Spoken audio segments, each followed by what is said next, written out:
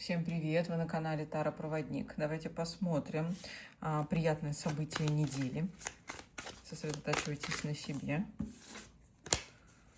Приятные события недели. Поехали.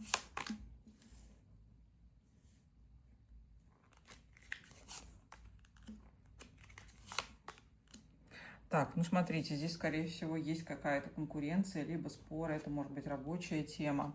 И на этой неделе у вас получится прояснить. То есть, возможно, с кем-то вы находитесь в каких-то контрах, с кем-то спорите, между кем-то и вами возникают какие-то недомолвки.